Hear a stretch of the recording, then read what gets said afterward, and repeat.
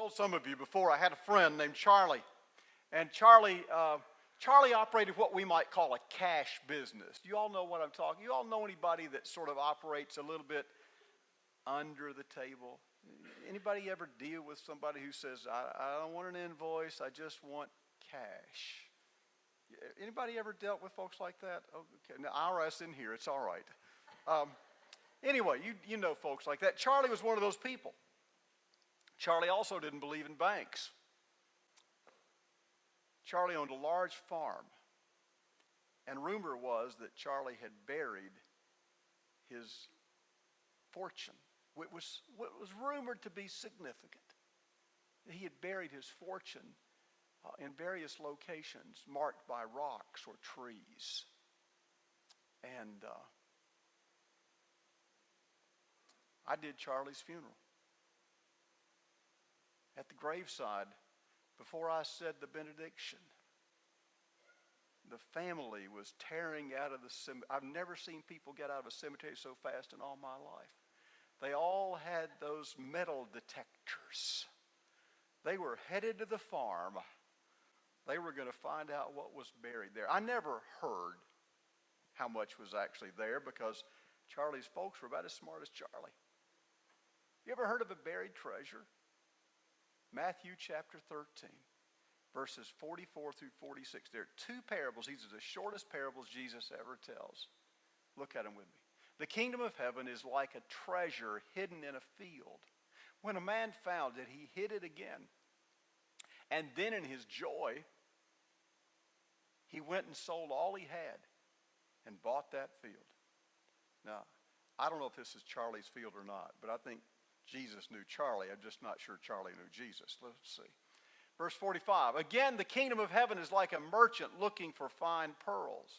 When he found one of great value, he went away and sold everything he had, and he bought it. We know nothing about this sort of delayed gratification. Finding something, going and selling everything you have, taking time, taking patience. Did any of you all buy anything on Prime Day last week? Prime Day was there. There were sales everywhere, I understand. Free 2-day delivery. And with some things now, if you live in a big city, free delivery that day. Instant gratification is what we are all about. If it takes a month, we don't want to do it.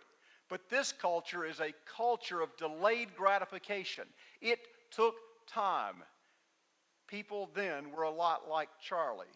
They buried their assets in a field because there were no banks. If there were, they didn't trust them. They buried everything in a field, and they'd go back and get it when they needed it.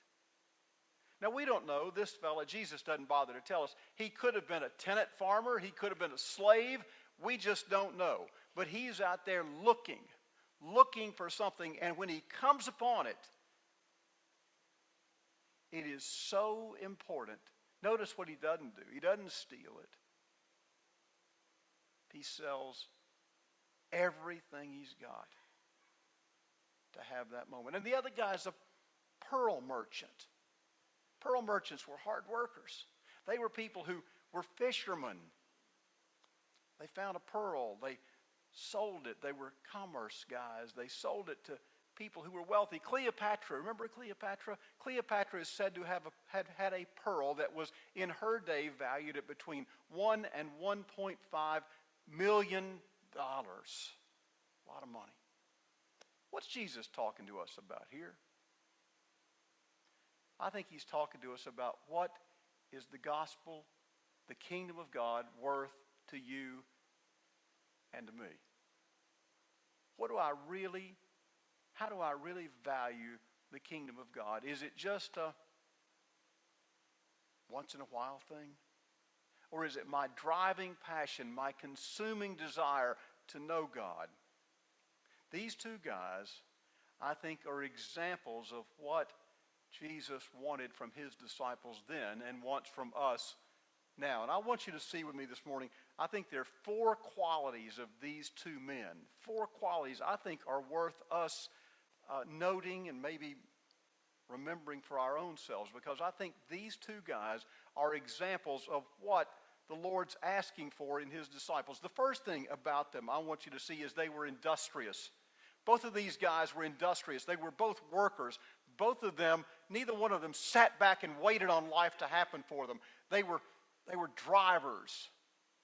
They were out looking. The first guy is out just doing his work, but he has this consuming passion. He finds something, it's overwhelming. The second guy, a Pearl guy, hard-working guys, both of these guys, and that epitomizes the disciples of Jesus. None of the disciples of Jesus, the apostles, were lazy guys. James and John, cleaning their nets. Now, I don't know about you, cleaning nets, if you've ever been over there in the Sea of Galilee, these nets are big, big, big things, and cleaning them, just taking the crud off the bottom of the lake, day after day after day after day after day. Have you ever been to the beach and watched fishermen who clean their nets? And then Simon, Peter, and Andrew, commercial fishermen. It wasn't a job for the educated. It wasn't a job for those who were lazy. These guys, industrious. Nathanael, the one who looks at Jesus and says, "Can anything good come out of Nazareth?" Nathanael is a student of the law. And a student of the law could not be lazy. Somebody who worked diligently by candlelight, day and night, to learn everything he could. I want you to see what I think Jesus is telling us. These guys are industrious. But the second thing I want you to see about them is back in verse 44. I want you to go back with me. Look at the 1, 2, 3, fourth line down, all right? This is the guy who found a treasure hidden in a field. Look at the words. And then in his joy. The second thing I want you to see about these guys is they are consumed by joy. Now,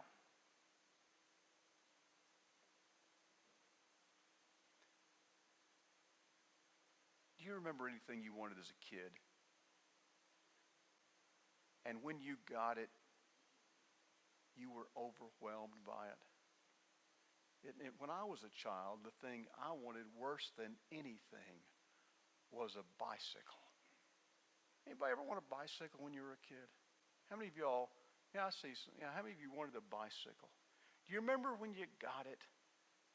Do you remember the excitement? Maybe you wanted a Barbie doll. I don't know. Maybe you wanted I have no idea what you wanted, but I wanted a bicycle. I wanted the freedom of a bicycle. I wanted to feel the wind blowing in what few hairs I had because I had a burr haircut, if you can remember those. I wanted the thrill of riding a bicycle. That's all I ever wanted. And I can tell you, the Christmas I got that bicycle, it was a cold and rainy day, and I tore through Knoxville because I was consumed by joy. Now, you had something. Maybe it was a convertible. I don't know. I have no idea what you wanted. But there's something in your life that when you got it, it was overwhelming in joy. That's what these guys feel. And that's what I think Jesus is saying we should feel as followers of the kingdom of God. Joachim Jeremias is a German scholar of the New Testament, one of the brightest of the 20th century. And he says, I want you to hear this, the defining mark of a follower of Jesus is this, that they were overmastered by great joy. Listen again. The defining mark, the defining characteristic of a follower of Jesus is they were overmastered, overwhelmed by a great joy. So the first two things I want you to see, people who really want to follow Jesus are industrious. The second thing is they are joyous. And the third thing is they are enthusiastic. They're enthusiastic. That word, enthusiasm, literally comes from the Greek. And the Greek words that it develops from are entheos, E-N, if you want to spell Greek, E-N, and then T-H-E-O-S, entheos. So here's what the Bible's telling us. To be enthusiastic is to be in God. Now, I used to think that going to a college football game was enthusiasm. That's back when we won. Some of you all still know that feeling. I just don't know it. But then I started going to second grade soccer games. I ain't never seen enthusiasm like that. I'm telling you, mothers who are normally restrained and refined, when Bubba gets a goal, the enthusiasm explodes. You know what I mean? One of the things I'm tickled about Brent's enthusiastic about what he's doing, don't you think? He's kind of happy about what he's doing. And here's what I want you to go back with me. In God. In God. I want you to ask yourself, and I need to ask myself, how enthusiastic am I about worship? How enthusiastic am I about study? How enthusiastic am I about prayer? How enthusiastic am I about serving God? Because if I'm not, it might be my fault. You know what I mean? Industrious, joyous, enthusiastic, and the fourth one, decisive. Decisive.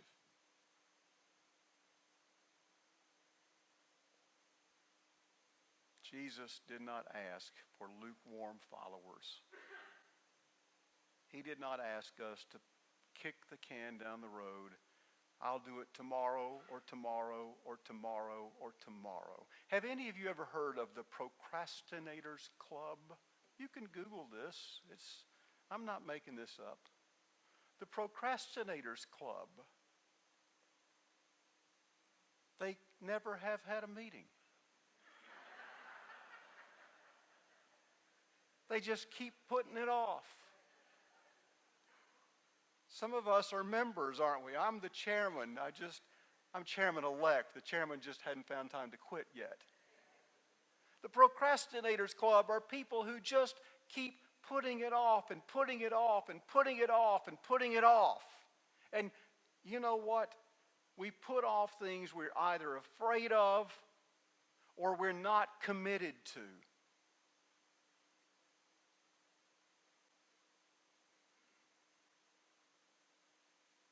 Jesus didn't want lukewarm followers.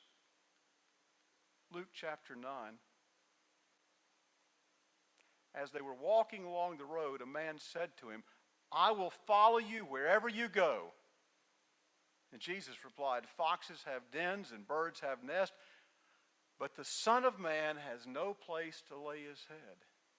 And he said to another man, follow me. But he replied, first let me go and bury my father. Jesus said, let the dead bury the dead. But you go and proclaim the kingdom of God. Still another said, I'll follow you, but first let me go back and say goodbye to my family. And Jesus replied,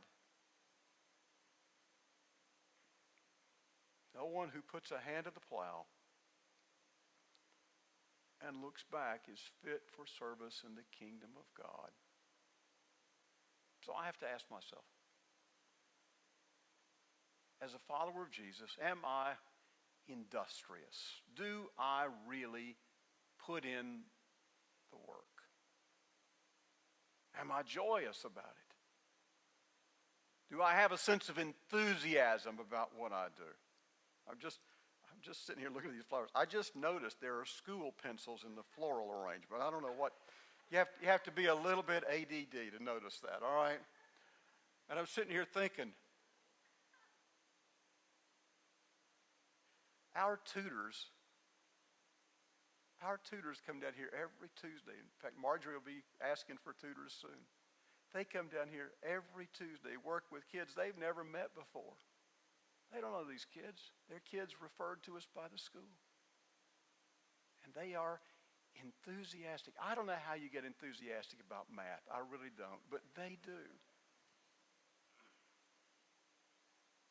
And then we're decisive. So how do I know what the kingdom of God is worth to me? Well, a man wrote a story, a poem, a long, long time ago. I want to read you excerpts of it. His name was Wilbur Rees. Isn't that a name? Wilbur Rees. And he wrote a poem called $3 Worth of God. And here's some excerpts of it. I would like to buy $3 worth of God, please. Not enough to explode my soul or disturb my sleep, but just enough to equal a cup of warm milk or a snooze in the sunshine. I want ecstasy, not transformation. I want the warmth of the womb, not a new birth. I want a pound of the eternal in a paper sack. I would like to buy $3 worth of God, please. You know, fairly often, I find myself being satisfied with $3 worth of God. Do you? What is it that is worth more than anything in the world to you? Jesus' words seem harsh, don't they? No one who puts a hand to the plow and looks back is fit for service in the kingdom of God. Well, Jesus, isn't that being kind of difficult? That's a little testy, isn't it? I'm not sure I want to do it that much.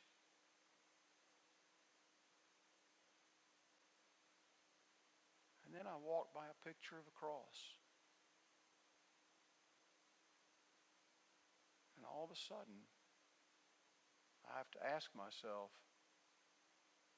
is $3 worth of God what he wants from me? Let's pray.